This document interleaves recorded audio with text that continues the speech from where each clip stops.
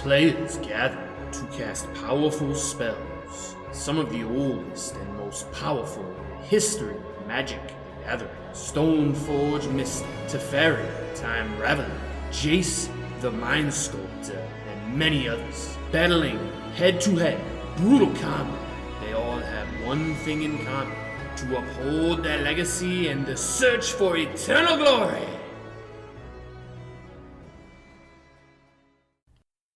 The Eternal Glory podcast is brought to you by the minds behind BoshNRoll on YouTube, Thraben University, and theepicstorm.com.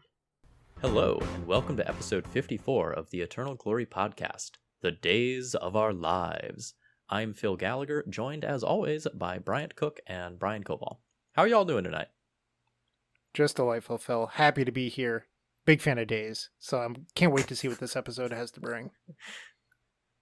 Yep, I'm a big fan of Bryant complaining about Daze, so I'm also looking forward to this episode.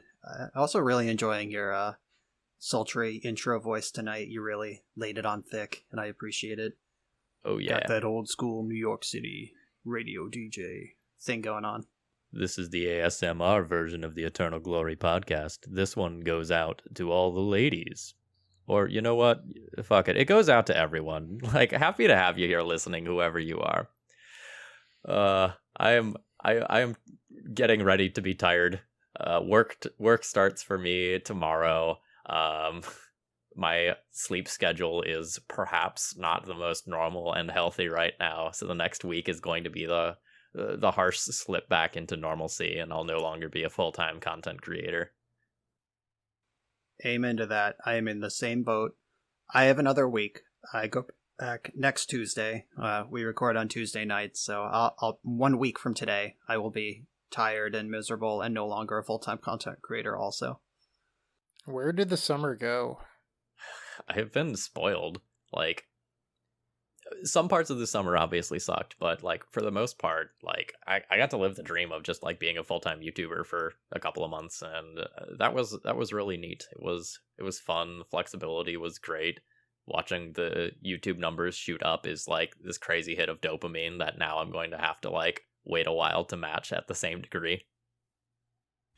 Yeah, it was definitely, it gives me a lot of power and comfort going into my school year, because my school is in a bad spot.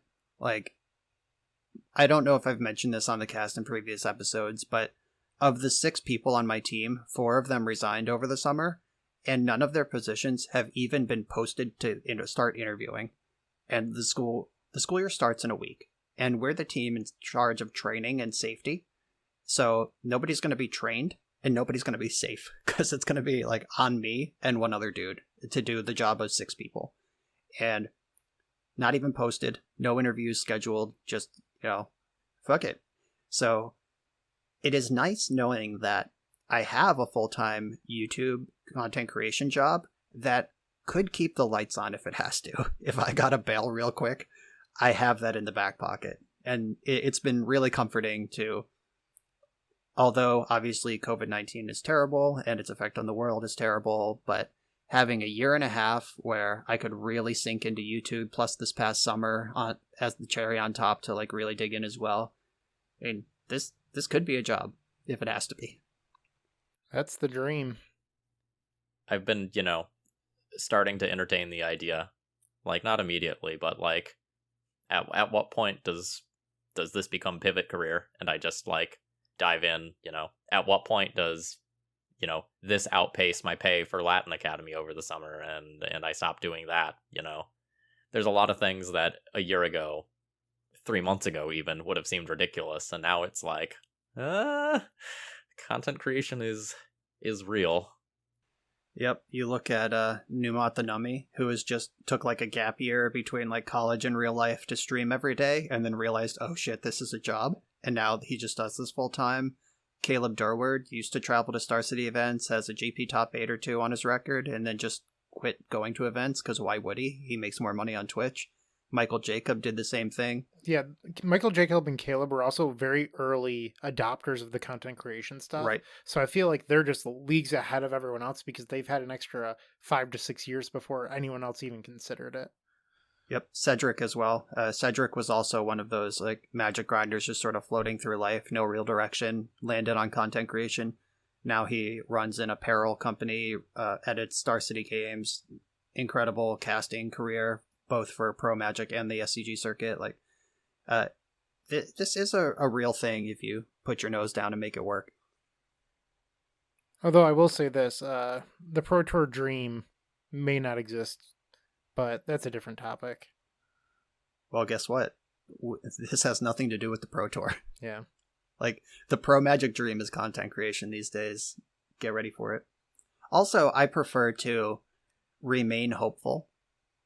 Even though WotC over the last 2 or 3 years hasn't really done anything to earn the benefit of the doubt, I will always hope that somebody in there is screaming loud enough that eventually good things will happen.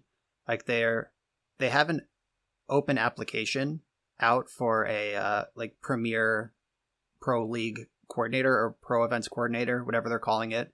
And I know applicants for that program include Randy Bueller, Cedric, like big names who know how to run tournament series, and also people who are invested in the Magic Pro dream and not just penny pushers behind the scenes who don't know much about Magic or never had a pro dream of their own. Like, I think that I'm going to give them a chance. Let them roll out what the next thing is before we assume it's terrible. Which is fair. My point was more 10 years ago, probably even longer than that, like 15 years ago, growing up. There's, do I go to college? Do I try to pursue Pro Magic? A lot of people I know were like, I'm just going to grind Star Cities. I'm going to skip college. Maybe I'll go in a couple of years. And they were selling you on this dream that you can play the game, see the world. And it wasn't really true, which led in a lot of people wondering if they floundered their lives, depression, etc. It's not always just Pro Tour top 8s and big dreams was my point. Yeah, there's a tremendous survivor bias for the people who did it. And I really I've been listening to the Resleepables podcast. Every time it's out, I listen to it immediately. And Cedric and Patrick are both very upfront with their survivor bias on this crazy pro grind lifestyle, landed both of them in good places. And they're at least upfront that most people didn't get where they are. And I remember when Grinder, the book, not the app, was premiered. It's a book about Brad Nelson. I think it was written by Rich Hagon or Evan Irwin, one of those two. They wrote a book, a biography about Brad Nelson and his rise to pro status. And there was an intro trailer to sell the book, and it was an interview with Brad Nelson, and he's basically I was 20 years old. I had no job, no girlfriend, no friends, no prospects to get any of those things. And I asked myself, should I be playing this much Magic? And the answer I kept coming to was yes. And I was like, oh, that's fucking toxic. I'm glad it worked out for you, buddy, but don't tell kids this. Stop it.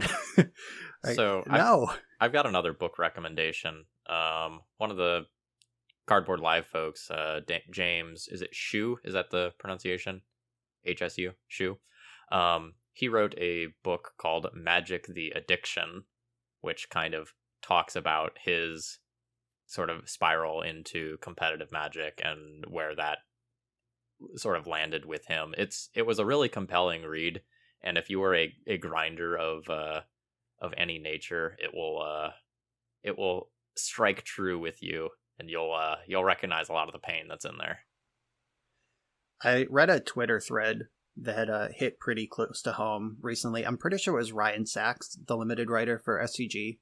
And he was talking, I think he had tweeted that he's going to back off from Magic a little bit for a small break just to get his head right. And people were like, oh God, you're quitting? And he was like, no, you all need to listen to this. And he described how in college, he just drafted with every free second of his time, and he realized he needed a change when he had committed to go to some dinner. I don't know if it was a girlfriend or just someone he liked or just a friend or whatever, but he committed to something after class one day, and then he just went into a fugue state and woke up at the LGS like 3 drafts deep later that night and just totally skipped the thing. He didn't remember walking to the LGS, didn't remember the first 3 drafts. He just like found himself in like deck build of the 3rd draft of the night at 1 a.m. and was just like, holy shit, what just happened?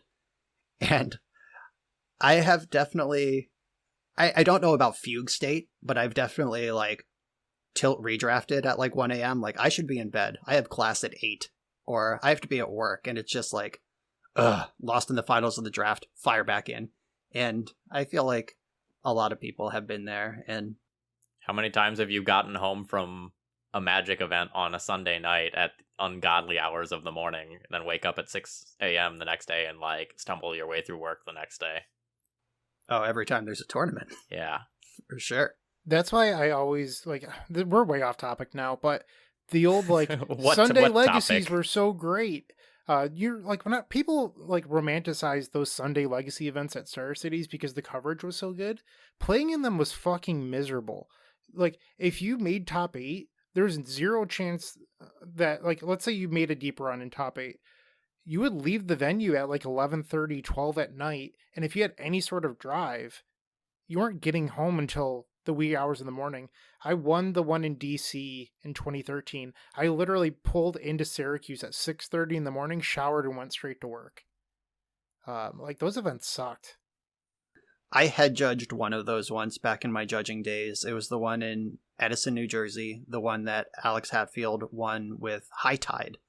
Let me tell you about a tournament that's won by High Tide in an untimed top 8. And as head judge, I don't get to leave.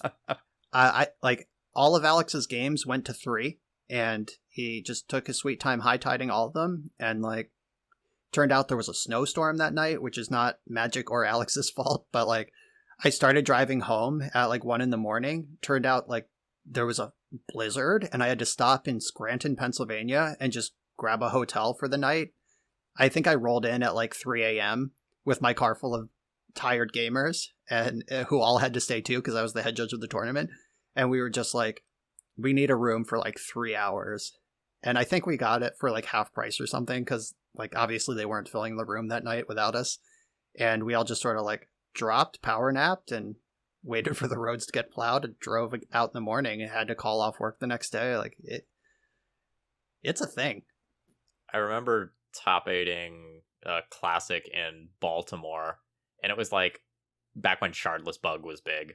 So I was playing like a Death and Taxes versus Shardless Bug match that, since it was untimed, lasted eons. It was like an hour and a half long match. And like I lost, and then I got to like leave and do a 4-hour drive home. Like we had to get dinner first before we left. That one was rough. Jersey was also bad. Jersey was rough. Should have won your match. At least make it worth it. This conversation is like making me reminisce about like watching your friends succeed in top 8 sometimes, and how I just haven't experienced that in over a year and a half now. Yeah. What's that like? Because among my friend circle, well, I have 2 people who I would consider very close friends who I travel with regularly to Magic tournaments. One of them will like take it upon himself to scout the top tables for me if I'm making a deep run. He'll have my top 8 match proxied up. By the time I win my win in, he's like, do you want to practice real quick? And he just like has the deck ready. That's one of my car mates. The other is like, would you fucking lose already so we can go get dinner? And those are the 2 people I travel with. I have a pretty good idea of who these people are. Oh yeah, if you know me and my circles, you know exactly who they both are. Yeah, it is surreal watching your friends make a deep run though. Like when Cyrus went on to crush that GP, like just checking in with him throughout the day as like he was getting closer and closer and closer to that. Like it was awesome. I feel bad. Like I'm a pretty good friend with Jarvis, and I mean Brian is too, but no one was like happy for Jarvis. Like Jarvis was just casually top 8ing his 3rd legacy GP, and everyone's like, yeah, whatever, Jarvis, we've seen you top 8 before. But like Jarvis was on a it's like, terrific okay, run. Jarvis, we know. Jarvis doesn't win the crowd the way that a lot of other legacy names do. Like Jarvis has his position, you know, he's cool, he's calculated, he knows his stuff, he tests well. But I wouldn't think he has a high charisma score if we're D&Ding it up. He's not a showman. Yeah. Since we're talking about Jarvis, and I hope if he hears this, he finds humor in it, because I'm not bullying him. I'm just, this is a thing about Jarvis. My friends and our group, we very much subscribe to the improv comedy rule of yes and. Like any stupid thing that is said, to riff off it, you go yes and you add to it. You never say no, or that's stupid, or that's not how that works. Like that's the first rule of improv. And Jarvis is a firm no but. Like everyone else is yes-anding, and he's like, that's not even how that works. Why would you say that? Stop doing that. That's not even funny. And it's just like, come on, man. He's like straight man is also a comedy trope where it's just like the one guy in the middle of the improv group who just doesn't realize there are jokes happening. And he's like the straightest man to the point that he's backwards. And that's Jarvis. He is the anchor in your improv squad. Well, love you, Jarvis. If you've ever listened to the Community podcast, they talk about how every episode the straight man changes, and every episode is written to have it rotated, so there's never the straight man for 2 episodes in a row. That's always interesting as well if you look at it from a television perspective. That's clever. I didn't notice that watching Community. I guess we can move into life updates. Yeah. Oh wait, let's. You mean start the podcast? Oh, I guess you two have done yours. We just went deep off the rails. So this is just going to be a short thing. Before I watched Suicide Squad with the wife, we were both like, well, have you seen any of the reviews? And I'm like, yeah, either apparently it's like the greatest movie ever made, or it's absolute dog shit, and that's how everyone feels about it. So we watched it, and at the end we were just like, not bad for a DC movie. But like, you wouldn't read that anywhere on the internet. Everyone's opinions were just so hot or cold, or maybe people that like feel the way that I did didn't, share that information about the movie. But it was just fun. It was cute. It felt a little bit more like a Marvel movie. Like there was a little bit more, fun in it, but still, that DC darkness. It's worth watching for free on HBO. Yeah, I'll watch that eventually. I'm sure my girlfriend's not interested, so I just need a night alone. I had a night alone the other night, and I've been making sure to catch up on classics. I listen to the Rewatchables podcast a lot, where it's just movies worth rewatching, and I'm trying to catch up on the ones I haven't seen yet. And I watched Seven. Have you seen that? The David Fincher movie with Brad Pitt and Morgan Freeman.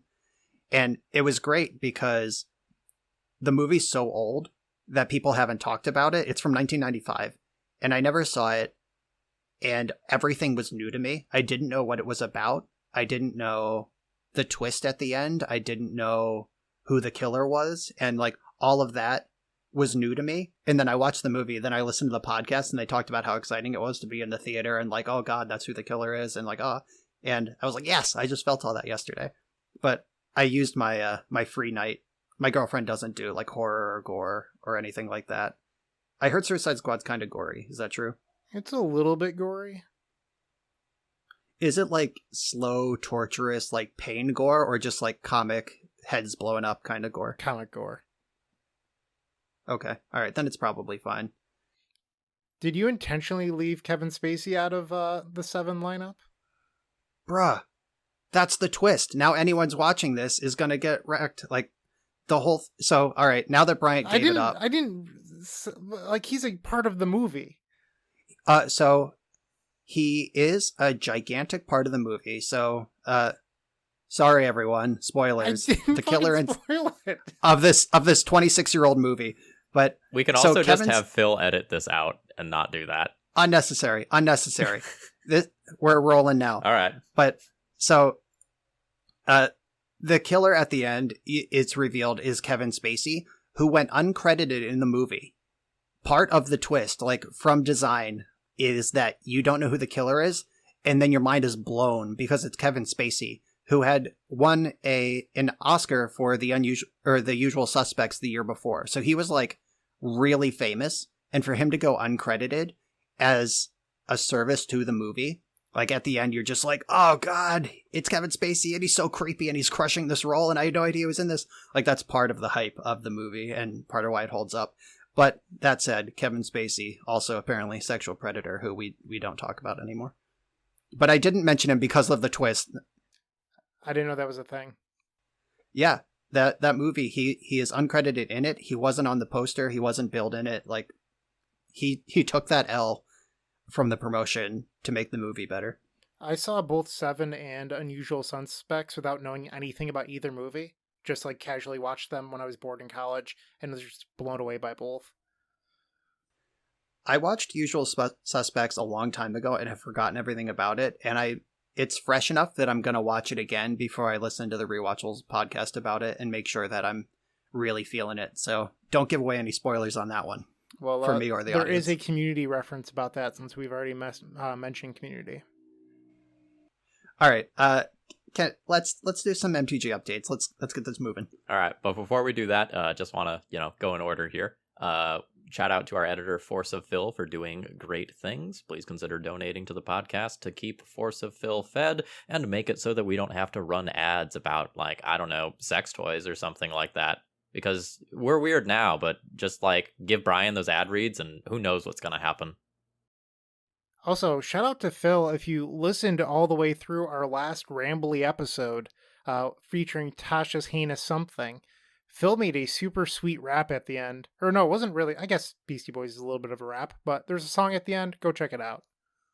Yep, we joked about Phil writing a rap, and then he did it free of charge, tucked it in right at the end. All right, now we can MTG update. I'll start. I bought a new gaming PC that got here just a couple of days ago. I now have 32 gigs of RAM, and I feel like I just have unlimited power.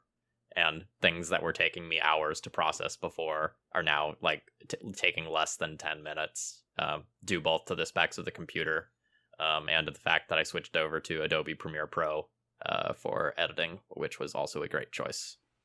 When your files are rendering, do you jump around scream singing, "Whoa, Black Betty, Ram-a-lamb"? Because I would. No, I usually like go pee or something because I just finished recording a league and I've been sitting in my chair for the last hour and a half.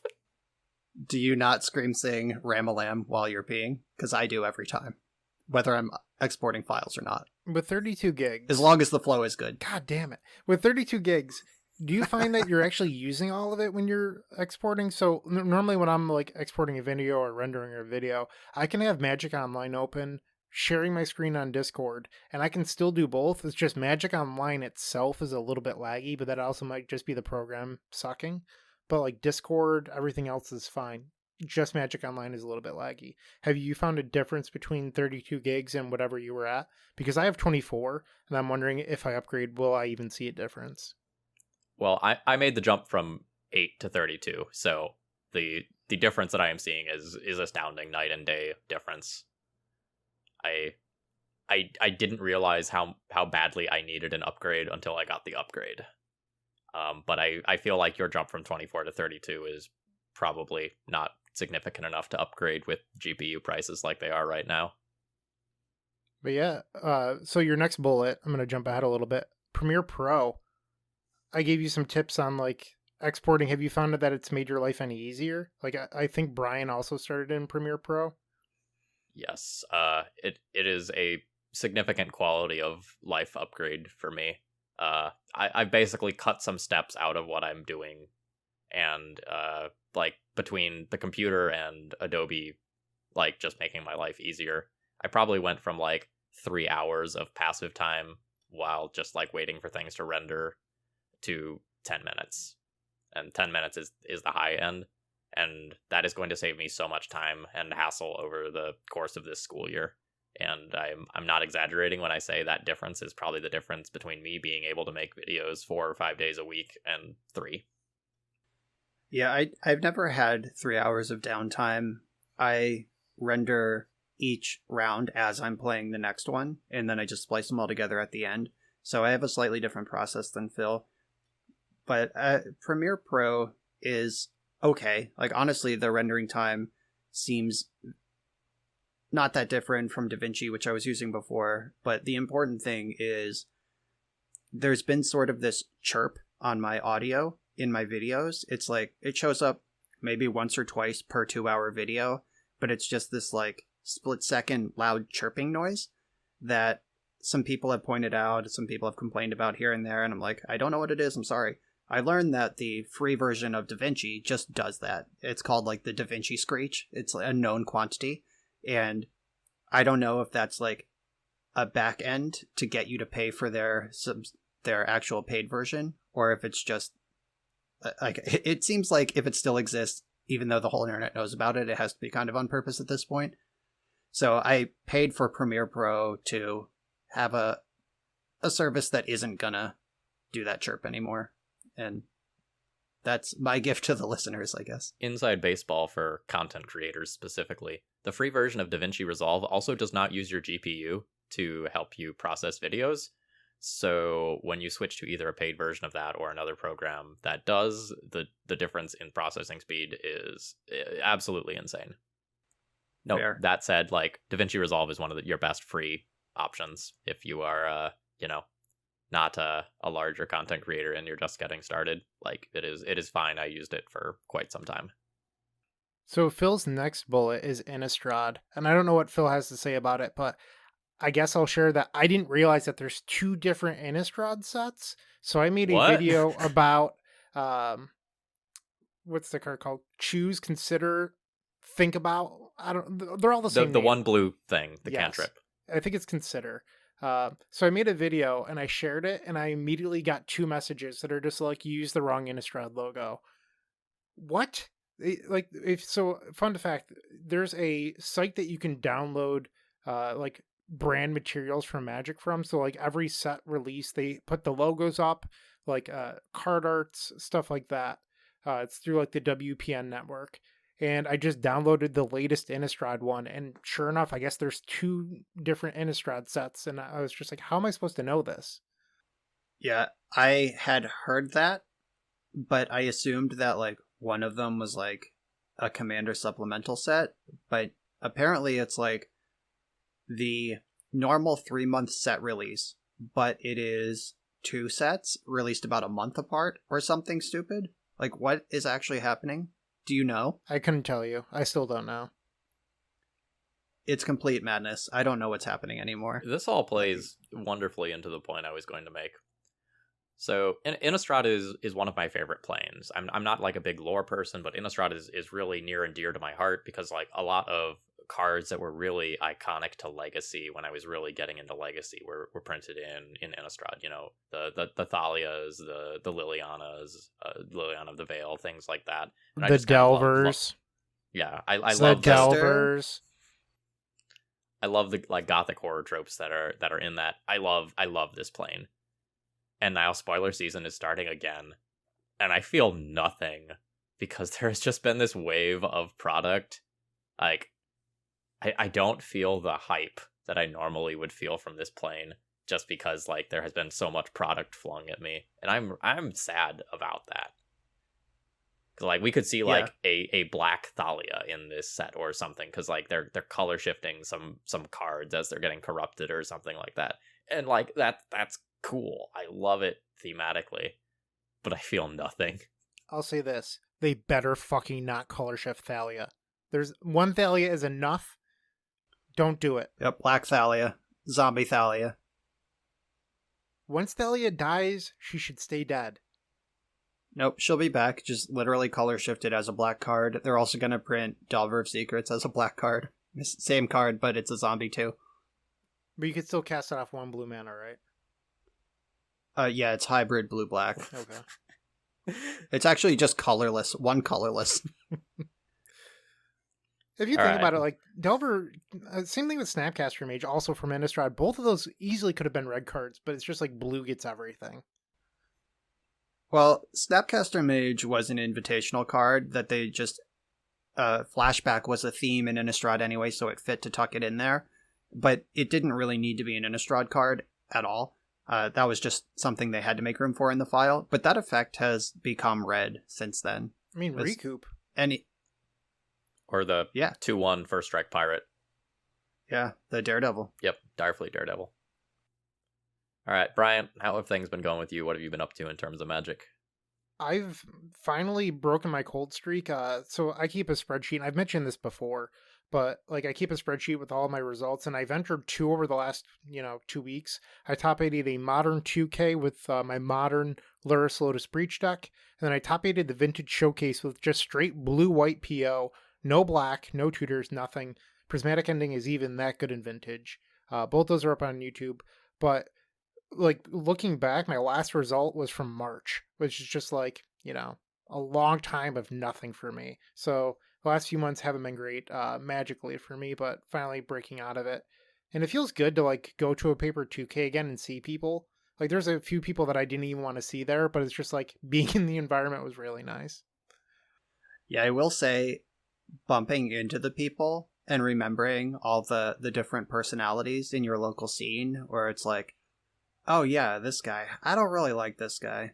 I don't like playing him. I don't like being around him. I don't like his general attitude. Or I really like this guy. I miss the shit out of this guy. Like, we're not even Facebook friends, but like we sit and we talk and we hang out at every Magic event we're at, and like, yeah, this guy rules. And also, like a couple weeks ago, I ran into a guy who I thought hated me.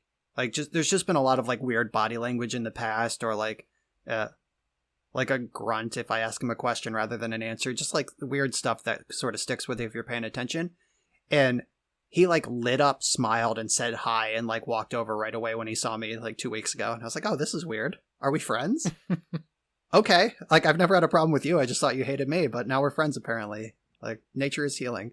So that has been fun to rediscover society. The cheaters haven't gone away.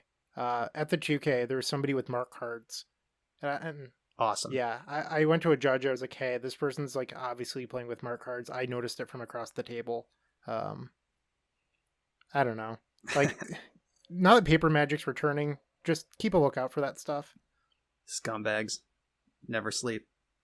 Does Bertoncini still live in your town? Was it like him with a fake mustache on? Bertoncini went to college in Binghamton, which was like an hour and a half south of where I live.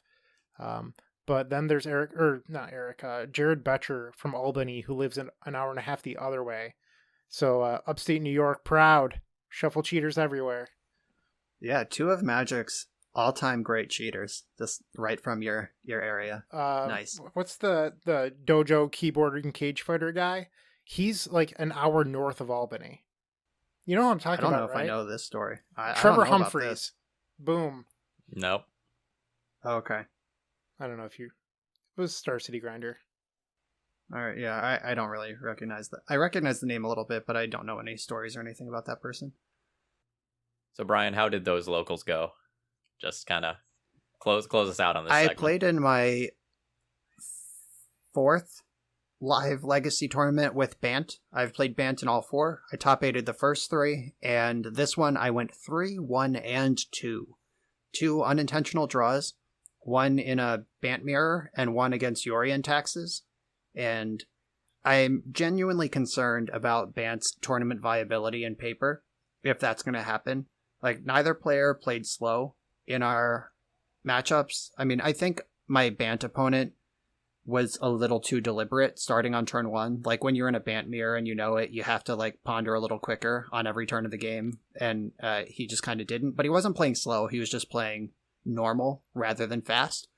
And my match against Yorian Taxes was actually against David Lance, very capable player. And we were playing so fast that we ended up having multiple judge calls and like stuff just going wrong. Like, we were just throwing cards around and like out of order sequencing and just shortcutting everything, and still couldn't get our match done in time, which was fine for him because I got paired up in the last round. He just needed a draw to top 8 and I needed a win. So that's not an accusation. It was a great match and he played a lot faster than he needed to. But yeah, it sucks that twice I couldn't close out a match just due to the time. And I've been talking with Zach Allen since then. We're trying to figure out a way to speed Bant up for a paper play.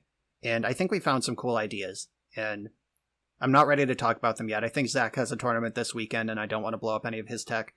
But we found some cool things we're going to try. So while we're on the topic of draws, playing Paper Magic again and getting to draw the last few rounds just feels wrong. Like, the modern 2K was 7 rounds. I went 5-0 and then got to double draw in, and it just doesn't feel like that should be allowed. I understand that's like an aspect of playing paper, But if Magic could somehow eliminate attentional draws without people just like sitting there pretending to play for an hour, it'd be great. Yeah, I mean, I am very against this. I like getting launched a easy lot. for you combo players to be like, draws are horseshit. Blah, blah, blah. I can eat whenever I want. Us Death and Taxes and band players are over here like emaciated by round 5, loopy because we haven't eaten all day. We need those draws to eat.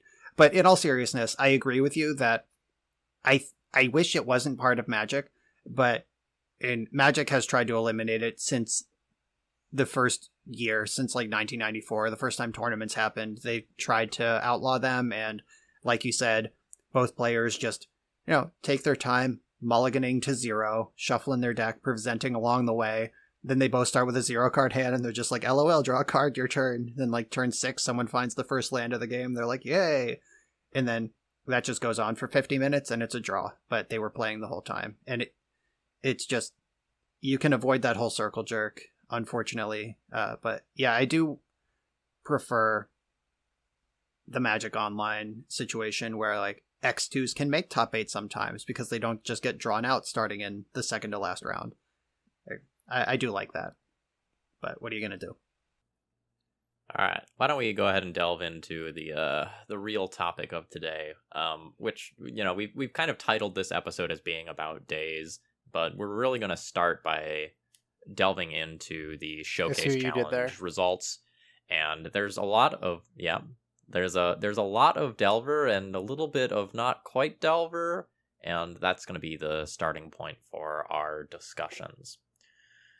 So the first thing I want to do is talk about the mana base of the first place blue-red Delver list. I'm going to read off the mana base, and I'm going to do it in sort of a dramatic order. All right. 1 Flooded Strand, 2 Misty, 1 Delta, 4 Tarn, 4 Volcanic Island, 4 Wasteland, 2 Steam Vents.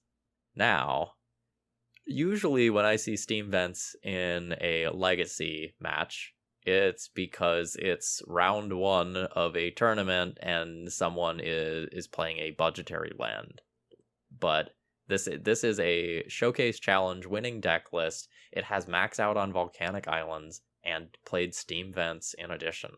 So what's going on? Like, why is this a good idea or a bad idea? Why did this pilot want to do this? Well, the big idea is that you get to maximize your number of turn 1 red sources. So that means Dragon Rage Channeler, Ragavan, while having Daze available. Just because there would be hands where you'd open up Island and Ragavan and you're like, well, this sucks. So this list just doesn't do that. That said, it's a little bit weaker to Wasteland and Blood Moon. But if you look at the metagame, there are no Blood Moons seeing play. In fact, Chalice is at an all-time low. So you don't really have to worry about that. Obviously, Wasteland's a concern. But if you're running, Ragavan and Dragon Rage Channeler, you get really good card quality on top of free mana. But I will take, I'd like to point out one thing about this mana base. I do think it's maybe built incorrectly. So 4 Scalding Turn doesn't make any sense because you could split those to be Flooded Strands and Polluted Deltas if you're not running a basic mountain. And I've heard the counter argument of, well, your opponents might think you have basics. I don't think that actually matters. Especially when people are main decking Needle to get with their Urza Sagas. Just, it's free to split those fetch lands up. Yeah, they could be any blue one or any red one. Every fetchable land in the deck is an island and a mountain. As someone who has played a lot of Sorceress Spyglass, like, splitting your fetch lands is something that matters. A lot of people don't do the, micro things, right? Because they say, oh, it doesn't matter. Like, the one that pisses me off the most is, when people who are playing, 16 basic lands don't split them with, snow and non-snow, saying, it doesn't matter, I'm never going to get predicted. And then I just, look at my Legacy Twitter of all these, people like Maxtortion who are shoving, predict into every possible deck they can, and it's no, this stuff comes up. This stuff matters. I didn't realize that they were also all mountains, so I really like the idea of just running 8 different one-of fetch lands.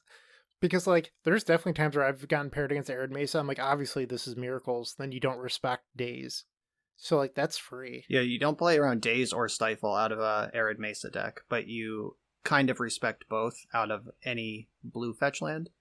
And Bloodstained Mire. Like, that's Reanimator. That's Grixis. That's Doomsday. That's Storm. There are no other things that play Bloodstained Mire. But, surprise, I'm Delver. Yeah, it seems pretty free to do that. I'd love to split those fetches up.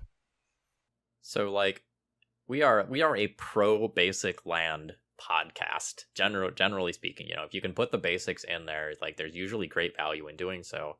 But I really like this deck building. If you want to fetch a mountain on turn 1 for some reason, like, say, to play a Ragavan or a Dragon Rage Channeler, like, that means that you're not getting to Daze, and that's a huge opportunity cost. Murktide Regent requires blue. Mountain doesn't contribute to that. And when you start getting into some of these weird, like, island and mountain plus a pair of wasteland draws, and your mana doesn't do what you want it to do, you can sometimes just lose the game to a minor fumble with your mana. I get a lot of donation decks that they're like a 3-color legacy deck that's kind of aggressive, might have Daze, has like a swamp, a forest, and an island in it, all basic, and it's like, you don't get to do that. Like, you can't play Daze in a deck with like basic swamp, basic forest, and 3 wastelands. Like, it's not gonna work. If you fetch to like play your Tarmogoyf with mono basics, then you're not getting Abrupt Decay or you're not getting Ponder on curve, and it's just like, at some point you have to just lean in, and this deck has leaned all the way in, and I respect the hell out of it. So one thing I'd like to point out is, like, a month ago, I recorded not a donation deck. I recorded a video with Max Carini, who is Wonder Pro, plays a lot of Doomsday. And Max was a very early adopter of playing one of Watery Grave, and that deck is a 5th Underground Sea because of how bad the basic swamp was in your Daze deck. That's the same sort of philosophy that these Delver decks are now picking up. And I'm not shocked, I mean, pun intended, to see more Shocklands in Legacy. And you'll notice that in the 8th place Doomsday list, there is a Watery Grave. So maybe this could be a trend moving forward. I know that, like, traditionally in Legacy, you see Shocklands and you think, oh, they're a Field of the Dead deck, but maybe just maximizing dual lands is going to become a future norm. I think Legacy heuristics are changing. I think Legacy deck building heuristics are changing. So, like, Unholy Heat is starting to become a card that is, like, at the top of your consideration when you are playing a deck like Blue-Red Delver. Whereas for years, it was just like, okay, four lightning bolts, 1 or 2 chain lightnings on top. Or if the meta is right, like, it's a forked bolt. And now, because of the presence of things like Dragon Rage Channeler and sometimes things like Mishra's Bauble as well, Unholy Heat becomes just this amazing removal spell. And the Delver decks aren't all starting with 4 Delvers anymore either, which would have been blasphemy a year ago. Well, I'd like to make note of something. So you're talking about how the heuristics of deck building are changing. And I'm going to go off on a tangent. I know that Brian's going to roll his eyes. But when people talk about the ban Daze discussion, people go, well, why should we ban a card that's 20 years old? Deck building has dramatically changed over the last 20 years. And, like, the way that decks are built now is that everything is so snowbally, which just, like, didn't exist even 3 years ago. And I just love that you pointed out the deck building philosophy change in the recent years. And it's definitely true, especially with, like, the age that we're in, where, like, deck lists get posted, 3 times a week for each format or whatever. The information that we have is just so up to date, and everything has become so much more finely tuned at a faster rate. I made a post. It was just like, a clickbait video title it was a blue-white show and tell deck with Monastery Mentor. And, like, my tagline was like, are you ready to fight show and tell, or are you ready to fight Mentor? They take completely different answers. And Matt Sperling just replied with a picture of Daze. I was like, okay. There's one answer that gets them both, I guess. So, I mean, there is a reasonable counter argument that whatever, like, crazy busted 3-drop Planeswalker comes out next, you can Daze it. And that keeps some check on just Snowball Legacy. And, I mean, you know me, like, I won't miss Daze. I've been pretty open on Twitter that I think Daze being banned would be fine. I don't know if we want to do the Daze versus Ragavan conversation now, or if anything's needed. And why don't we table that and come back to it? Because I think there's more interesting things in this deck list than Daze. All right, stay tuned. We're going to talk about Daze versus Ragavan versus nothing in a brief ban list discussion later. Okay. So the other thing I thought was really interesting about this first place Delver deck list is that there are 3 Court of Cunnings in the sideboard, which is a card that, like, I know Brian just desperately tried to find a home for and was just kind of unsuccessful at doing it, despite putting in the work. What do you think of this here, Brian? Well, let me tell you, this past weekend, the first loss I took in my Legacy tournament was my opponent, who had turn 1 Ragavan that connected, took my Carpet of Flowers, and then cast Court of Cunning. Oh, baby. Off of Carpet of Flowers. Oh. And I was like, are you kidding me? I hate my life. I'm quitting Magic. I wasn't quite like that, but I lost a 3-game set against Blue-Red Delver, easily won game 1, and then Court of Cunning buried me in the 2 post-board games. And it was good. It was real good. Like, you're not playing from behind. You have creatures. If your monarchy is somehow challenged, you're going to get it back pretty quickly. You have haste creatures, you have flyers, you have shitloads of removal. And this is a really scary place to put a Court of Cunning. Well, I think if you look at it, the top control deck at the moment, this is the first time it hasn't run red in a long time. So the Court of Cunning usually doesn't have to worry about Pyroblast because you're not boarding it in for the Delvermere. So if you just stick it against Bant, they have to Prismatic Ending it, which takes 3 mana. That also just doesn't matter. Like, if that doesn't remove the monarchy, which is the problem. Like, you can remove the enchantment, and then they're not milling you for 10. But they can mill you for 10. You have 3 arrows, 3 endurances. Like, thanks. Go nuts. Like, I'll just start throwing arrows in and catch up with your thing. My opponent in that match I just mentioned actually just, like, aggro blasted me for 10-point mill chunks. And then I started casting arrows using my endurances to loop. And then in game 3, he'd never used it once. He just drew cards. And I was like, yeah, that's probably the right way to do that. So answering the permanent just doesn't even matter. Okay. Yeah. Side note, for those of you who don't watch all of my content, I played Mill recently, and there are few things in crushing in Magic as, like, milling your opponent out completely, and then one of the final cards in their hand is an endurance, and they get to shuffle it all back in. That was one of the few moments in Magic where I just felt, like, totally and utterly defeated. Just, like, fork in me, I'm done. I want to quit this league. So I have 2 quick points about Court of Cunning, if I can drop them really fast. So the first is that usually you see a lot, like 1 Court of Cunning in most lists. I think 3 in this list is fairly spicy. But there's also another application that we didn't discuss, which is Doomsday. You can actually board in Court of Cunning against Doomsday if you don't want, like, Lightning Bolt in your deck. That said, I think Lightning Bolt's actually pretty good against Doomsday. But Court of Cunning shuts off their ability to pass the turn with Doomsday. Like, you have to win on the same turn. And if you're a Pyroblast deck, it becomes a lot more difficult because they have to cast either Ideas Unbound or Brainstorm to get into that pile. So you're putting a lot of pressure on them, and they can't use their personal tutors because Ragavan exiles the top card too. So you're just, like, shutting them down from ever doing anything in separate turns. So you get to bottleneck them on mana, which makes Daze more alive as well. Yeah, Court's real good. I was going to add to the endurance versus mill conversation. In consuming a lot of Patrick Sullivan content lately, he provides this awesome game design perspective, and a phrase that he uses a lot that I really love is up to no good, which, if endurance, 1 card KOs your deck, you're up to no good, and you deserve it.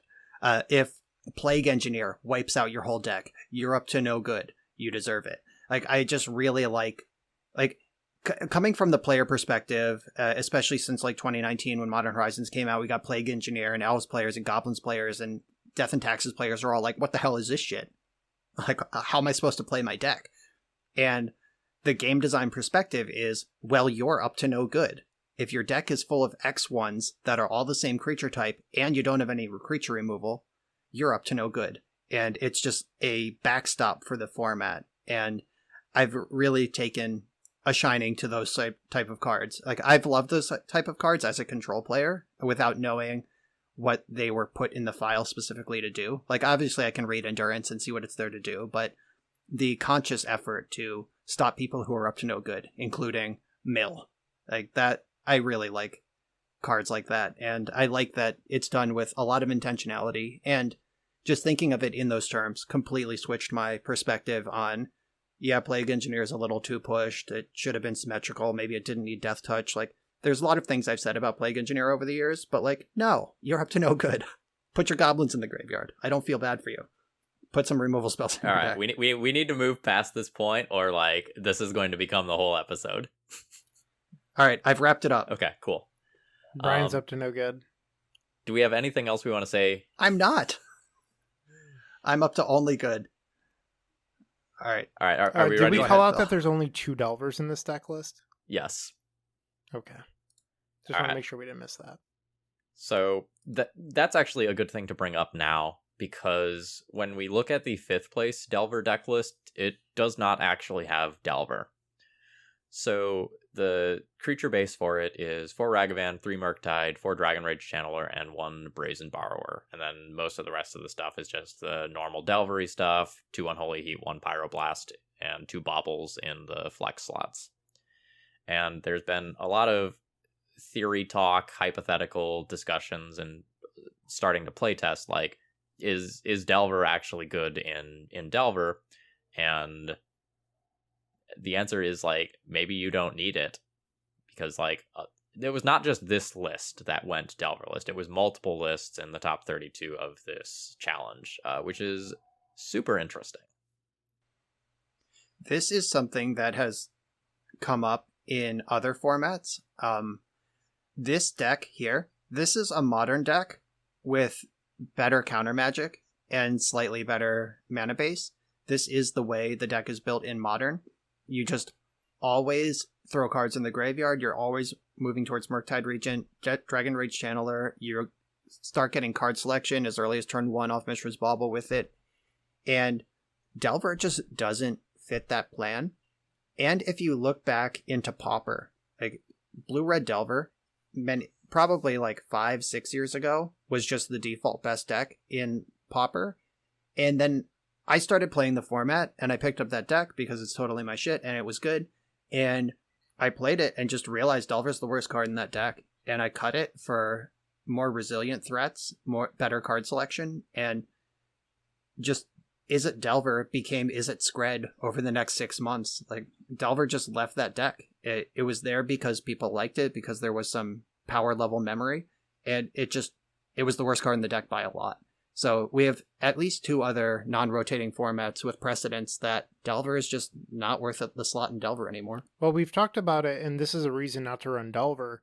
Mishra's Bauble. It doesn't flip your Delvers, but it's also really good with Expressive Iteration and Delve. So when we first saw this set, we said, hey, Mishra's Bauble is really good at, creating those Dragon Rage Channeler surveils. And why, like, it did have this friction. And the answer might just be, don't play Delver. That way you can maximize your Baubles, so you can make your Expressive Iterations better. Your Dragon Rage Channeler becomes a 3/3 a lot faster. It just makes a lot of sense. So I think the next thing we're going to see with these decks is people messing with how big you want to be. So like now that people are messing around with Delver, like, at what point do you start slotting in, say, Predict? Because you can cast a spell, you can like cast a Predict and use Dragon Rage Channeler to always hit with it, right? So like, do you need more than 2 Expressive Iterations? Predicts can be your next ones. I don't think that's the way that you want to go bigger. So if we look at the first place list, there's 4 Murktide. Coming into this weekend, 2 was stock. This 5th place list has 3. I think that's the way that you actually get bigger, because like Pyroblast is really the only card in the mirror that answers it. You can use Unholy Heat if they decide to make it a 6/6, but Regent is really how you win. I don't think the battle's actually won through card advantage. It's won through just like brute force. So I don't really think Predict's where you want to be. Yeah, I could totally buy that.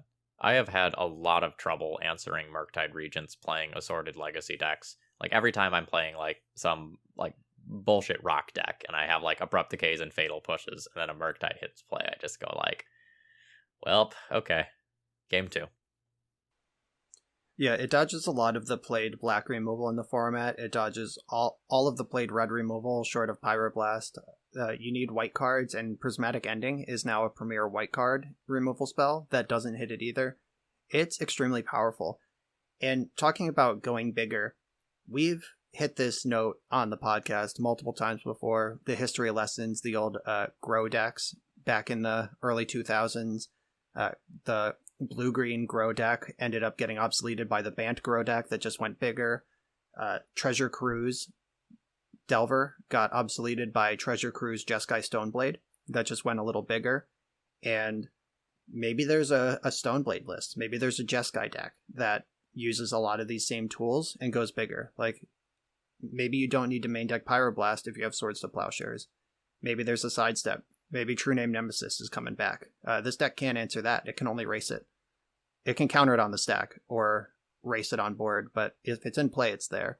So there's a lot of things that we've seen in history, in Legacy's evolving metagame over time, just Magic's evolving metagame over time, where add a color, go a little bigger, get better removal. And the card that would punish that sort of bigger deck is Delver, which these decks are cutting. So it's sort of in ebb and flow among this, one deck sort of metagame. Caldra's a hell of a drug. Just saying. It's real hard to answer once it's in play. Yeah, Caldra is an absolute monster. It's also like part of this is a metagame call. So we'll see in this 5th place list that they have a Brazen Borrower, which is a card that like fell out of favor. And people are allowed to tell me that I'm wrong with the time period, but it feels like it fell out of favor when Grixis Delver quit being the best deck. Because then we got Ren and 6 and, Dreadhorde Arcanist, and like it's just like been here and there, but it hasn't really been a constant. Well, Green-White Depths has been everywhere recently, and it's an answer to Green-White Depths, which is just something that the other threats, like everything flies now, but none of it's a clean answer. And if your worst creature, does everything that your other creatures already do, you might as well get the versatility out of it, right? I think. Yeah, Brazen Borrower fell off when Depths fell off. And like the Chalice decks as well. Right. Yeah, the main deck answer to Chalice, the main deck answer to Merit Lage, and Black-Green Depths just doesn't exist anymore. And decks have either Oro to pull over 20 life pretty easily, and hitting twice with Black-Green Depths is a lot different than hitting once. And the decks that don't have Oro have Wasteland, and Prismatic Ending is everywhere. Like, there's Endurance can chump for a turn, untap Ending. Like, Merit Lage has, I don't think, ever been worse in Legacy. And you have to be the green-white shell at this point, because that has that, like, Maverick plan as well. Like, you gotta answer the Elvish Reclaimer, then you gotta answer the Knight, then you gotta answer the Merit Lage. And if you're too slow, you just get Merit Laged first. And that's just a totally different incentive to have Brazen Borrower in your deck than it has historically. But, like we just said, this deck is not great at answering Murktide Regent outside of Pyroblast, and Brazen Borrower does put a big wall up in front of Murktide. Okay, so next we're going to jump to the 11th place list, which is a Bant list, or I suppose technically it's a 4-color list. And this is not maybe the Bant list that you're going to be expecting. This is a Green Sun Zenith Yorion Bant deck list, not necessarily the Bant deck list that has just been so popular in local events and on Brian's channel and in leagues. There's 20 different creatures in this, everything from Masked Vandal to Omnoth Locus of Creation, Renegade Rallier, Scavenging Ooze, Tireless Provisioner. There's just all sorts of strange and unusual utility here. I don't want to call this like the breakout deck of the event, because I don't think that's true, but this is the first time that I'm really seeing this deck on the big stage. How are you going to leave Omnath out like that? I thought I said Omnoth. He said it. He did, he just said it weird. Omnoth. Omnoth. For what it's worth, Kiora Works has played this deck a bunch in the past, but you might have heard it referred to as like Bant Natural Order. It looks like they've actually dropped Natural Order in favor for the Urza Sagas. Also calling this a Bant deck is, I mean, Phil said it's not quite a banned deck, but there is both Leovold and Omnath. This is a 5-color deck. Like, it's not even like dipping into red for Pyroblast out of the sideboard like a lot of banned decks are doing. This is a 5-color deck. It has Ignoble Hierarch to make black, and let's look at this mana base. Oh god, the more I look at the mana base, the more it hurts me. Oh no. Yeah, so the mana base does not have a source of red in it, or it has one Bajuka Bog for black. It has no sources of red. So you're on Zenith or Bust for that thing? There's one Birds of Paradise, I lied. Okay, there's one Birds of Paradise to get red mana with, and one Ignoble Hierarch. The Birds of Paradise, Ignoble Hierarch, and Bajuka Bog. Okay, alright. So there are some black and red sources, but this is also a Yorion deck. Did we mention that? There's also 7 colorless lands in this mana base because they have 4 Urza Saga and 3 Wastelands. Yep. This Outrageous. mana base makes me feel things, and they're not happy things. They're not good things. Oh, one Noble Hierarch, by the way. I assumed, just looking at the list, there'd be 4 Noble Hierarch, then 1 Ignoble, 1 Bird, but nope. 1 Noble, 1 Ignoble, 1 Bird. We got the full smorgasbord of mana dinguses. Gotta keep them separated. Of note, there is a full playset of Carpet of Flowers in the sideboard, which I presume is there. There's gonna have to be. Smooth out the mana base for the Wasteland matchups. My god, you're never beating Wasteland in your life. So, I mean, obviously, Kihara Works, they did this is clearly a labor of love. There's a lot of thought into all these numbers. You don't get to 1 Noble Hierarch, 1 Renegade Rallier, etc., 1 Omnath, 1 Leovold without putting the time in. And 11th place is a strong finish in a field like this. But that said, this deck's a fucking mess. Like, I'm looking at this thing and I'm like, please nobody donate this to my channel. Yeah, that's exactly the sort of thing I was thinking. I played something with a similar mana base yesterday, and I said in the deck, I think the mana's really bad. And like by mid round 1, I was already like, I'm gonna try not to complain about the mana all video. And yep, just take it as fact. I did not succeed. Yeah, this is something, and I mean, power to them. This is clearly their thing. No shade. I would not choose to play this deck though. I just don't think that someone else could pick up this deck and do well. Yeah, that's a good way to say it. It's really cute that your Renegade Rallier can get back your Urza Saga that was sacrificed that turn on curve. Yeah, that's dope. Yeah.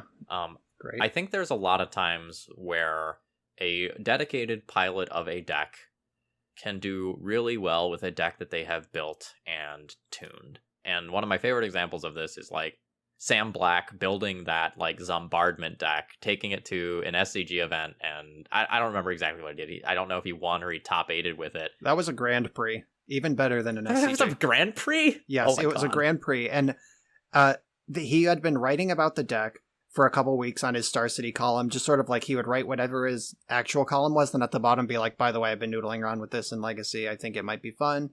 And his friend and testing partner, also a Platinum Pro at the time, Gaudenus Vidugiris, was like, hey Sam, ship me your list for this GP. And he was like, no, I can't do that in good conscience. And then they both ended up top 8ing. Gaudenus was on a different deck. He was just on like a normal Legacy deck. But Sam was like, yeah, I would have shipped it if I knew. It was actually good. Like, really cool. To finish the point, and then a bunch of other people tried to pick up that deck list and floundered with it because it was just one of those things where, you know, he as the primary pilot like knew exactly what he wanted to be doing, how he was going to play matchups and approach things, and a lot of that nuance was just lost by someone looking at the deck list for the first time. For sure. We ready to talk about Urza Saga Death and Taxes? Yeah. So this one's a little bit further down the line. This one is in 26th place. The mana base for this D&T death list is 3 Caracas, 11 Plains, 4 Port, 4 Wasteland, and 2 Urza Saga. In 4th place, Phil, there is also a Yorion Urza Saga Death and Taxes deck. Why don't we talk about both of them? So this one is a non-Yorion build, and then we can talk about the Yorion build. Does that work? I mean, let's just generally talk about like theory here. Urza Saga in Death and Taxes is sort of an interesting inclusion that like kind of fits. You have a very important artifact 1-drop that is a part of your deck, Ether Vial, but it's not necessarily the sort of thing that is going to be good when you get it relatively late into the game. And the individual bullets that you might put into your Urza Saga deck, like Retrofitter Foundry, are not necessarily like amazing in Death and Taxes, because you have other mana sinks. You have your equipment, you have your Rishadan ports, you have recruiter chains and things like that. So while Urza Saga is like a slam dunk into so many legacy decks based on its raw power level, in Death and Taxes it's a little weird, because the Urza Saga does sacrifice itself, right? And that means you go down a mana source in your deck that has a bunch of late game mana sinks. And there's some tension there. I like the exploration that is going on currently, but a lot of times I feel like I'm just left with questions like, how big are those constructs really going to be? You know, is activating this Urza Saga going to be better than deploying your Thalia, or porting your opponent, or playing Spirit of the Labyrinth?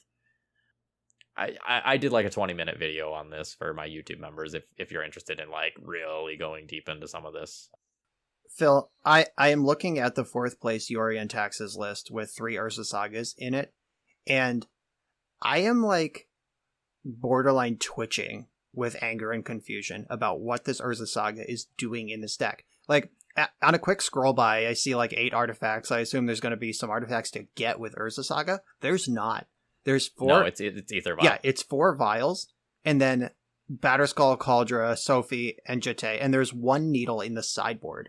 Like, I guess it makes a lot of sense because the Yori and Taxes deck does play forever. Like, there are no short games. And if there's a short game, it's because you played Stoneforge for Cauldra and just got in. Like, if any game that actually like has a normal pace of play to it, your Saga will pop, and there will be 5 more turns to get your Vial up the chain to Yorion and do stuff along the way. So maybe that makes more sense, but like, wow, is that a commitment to grinding? Which, I mean, you're already doing if you're playing Yori and Taxes, and like, it's not lost on me that you can flicker wisp your Saga, reset it. Like, that is cool. But like, you need a Vial in play already to do that? I don't know. I am skeptical of this, but there are results right in front of me that I'm gonna respect. But wow, not even. I guess after the initial wave of confusion wears off, you have to give a lot of respect to the discipline of just like, they could have put a Soul Guide Lantern in here. They could have threw a Retrofitter Foundry in there. They just didn't. They're like, yeah, Ether Vial's good enough. Let's do it. I think if you're going to go this route, at least like some of your sideboard options should do this. So like in a lot of the builds that have Urza Saga, you see things like Pithing Needle and Grafdigger's Cage and Tormod's Crypt in the sideboard to kind of like plug some holes and make it so that you have more virtual copies of these things. But for this one has the Pithing Needle, but it doesn't have like, say, a Grafdigger's Cage. It has Surgical and Rest in Peace and Containment Priest instead. So I was watching Alex McKinley play Magic last night, and Alex got paired versus someone that revealed Yorion, played a basic Plains, and I couldn't tell you the name of the 1-mana artifact that they played, but it was 1 mana, pay 2 mana, sacrifice it, flicker a creature. And I was just like, that card is not legacy playable. No disrespect to whoever was playing this, but you could be playing, cards like that. At some point, I think those aren't worth sideboard or aren't worth deck slots, even if you have 80 of them. So I think whatever you're playing in the main deck needs to be worth the slot. Like, main deck Needle, I think is good enough, but I don't know how many you would actually play. Or even like, you could at least do something like a Shadow Spear, for example, and then like rationalize, like, I'm going to win the long games. Hey, maybe I just need to get a little bit of life in the mid game so that I can make it to the point where I can start hard casting these solitudes against like all these like Uro and blue-red decks and things like that. I mean, you also get to make your Thalia a little bit bigger, right? Like, Thalia becoming a 3/2, like, she wins wars with first strike. Like, that does matter. Shadow Spear is a card that, like, I feel is incredibly high ceiling and incredibly low floor. Like, when it's bad, it is just an artifact for your Urza Saga construct count, and, like, that's it, because you don't have the mana to actually equip it, because you need to be doing other things. And when it's good, you just, like, gain 9 life in a turn. That card has been really swingy and high variance for me. So I'd like to go off on a side tangent right now. So there's really 2 builds of Death and Taxes at the moment. We have, like, the build in 4th place that's playing Yorion, and then we have the build that Phil originally wanted to talk about, the Coke MTG list in 26th place, which isn't playing Yorion. And talking to some Doomsday experts, there's this, like, mental game with playing combo decks against these 2 Death and Taxes builds, where the Yorion builds tend to play 3 copies of Deafening Silence and then 1 to 2 Mindbreak Traps on top of all of their graveyard hate. So their Surgicals, their Rest in Pieces, whatever. But the more stock builds don't usually play the hate in those numbers. And there's this mental block for a lot of people where they go, well, it's an 80 card deck, what are the odds they have it? But it's actually the same because they play way more. So if you just jam into this 80 card deck, you think there's no way they have it, but then they do just because they play more. So, like, don't just disrespect them because they play 80 cards. Not that I agree with playing 80 cards, but you can't just always jam because they're never going to have it. Like, that's just not how Magic works, especially if they're playing more copies. Yeah, like, there's the basic math level to it, which, I mean, you can just pull out your calculator and figure out the odds of them having a Mindbreak Trap in their opening 7. But then you have to measure the human element, the fact that you're playing against a human being who's making decisions. And what are the odds that they kept 7 with no hate? Like, or what are the odds that they went to 5 and decided now is a fine time to keep a hand without any hate? Or do you think they found the hate card in 5? Like, mulligans are a big part of Magic. Like, I feel like just jamming because what are the odds is a really... Like, I understand that you're in all of the most elite combo circles, but I feel like jamming because what are the odds is just loose AF. Another thought that I had while you were talking, Brian, about the Aether Vial stuff is one reason that I've heard not to play the Yorion builds is that Aether Vial is the best card in your deck and you have a tough time finding it. I don't know how good Vial is starting on turn 3, but Vial more than ever is somewhat of a liability just because of Prismatic Ending. I wonder how that changes the dynamic of the Death and Taxes matchup versus the decks playing Ending. Like, I imagine it's Bank Control versus D&T, and if, like, you just never get to have your Vials, how does that play out? It makes some of your mulling decisions really hard as the Death and Taxes player, too. Just the existence of Prismatic Ending. So, like, if you have, like, a 1 land, like, say, 1 basic plains Aether Vial hand with a bunch of creatures, like, under most of my mulligan heuristics, that ends up being a keep, or at least previously it did.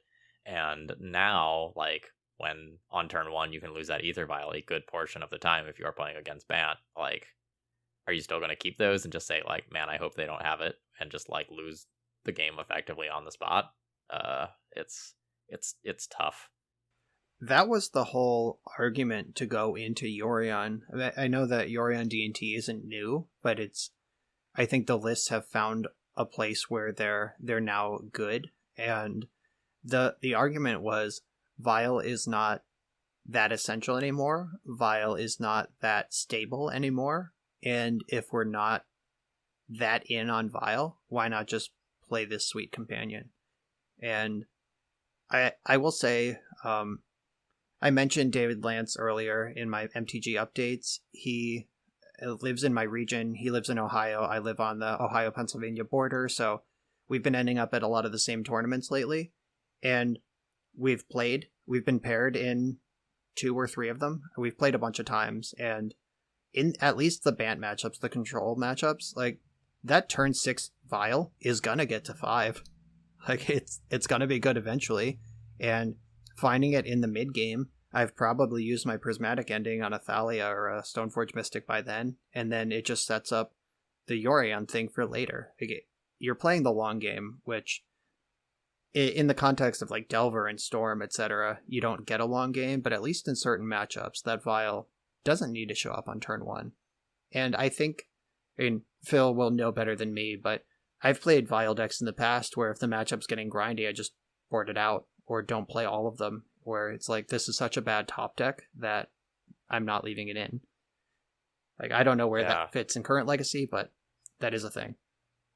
Stepping way back when like Grixis Control was super popular and Culligan's Command was everywhere. That was one of the few times where I was regularly boarding out Ether Vials because they were just unlikely to survive, and I just physically needed a body to try to keep up with the just swarm of removal spells that my opponents had.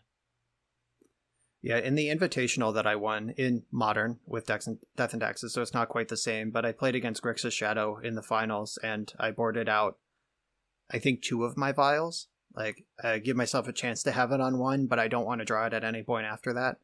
Like, I might have gone to 0 Vials in the Cyborg games. Like, I did not have all 4 in, and it might have been 0. Because it's such a bad top deck, and it's a Kolaghan's Command deck, and just play a spell instead. So our next section is community thoughts, and the first thing is main deck Pyroblast. Is that a bad side for the format?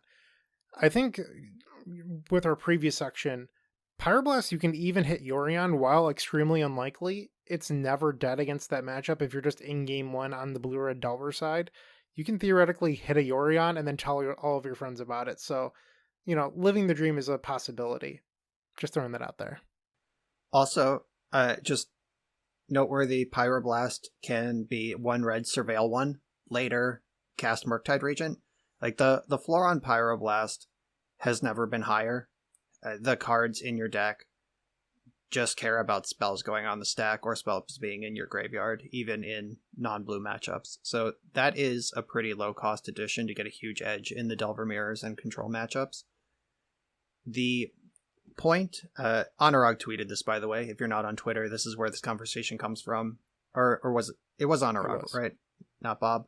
Yes. Yeah, okay. Yeah, Anurag said, if Pyroblast is in main decks, the format is unhealthy. And that might be true. It is certainly a sign that the people doing that believe the metagame is small enough that that's the right call. And that's been a thing in Vintage for quite some time, where obviously the blue cards are just horrendously broken. But in Vintage, you play these main deck Pyroblast to keep up in the blue mirrors, but then Shops and Dredge and Hogak and etc. are all also pillars of the metagame. So you end up with a dead card or a bad card.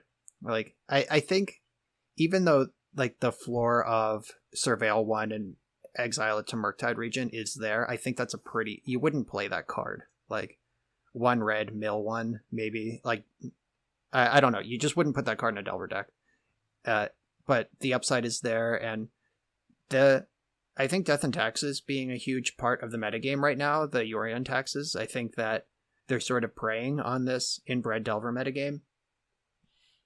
What do we think about the Pyroblast? Historically, I have been a person who benefited a ton from all of these anti-blue decisions.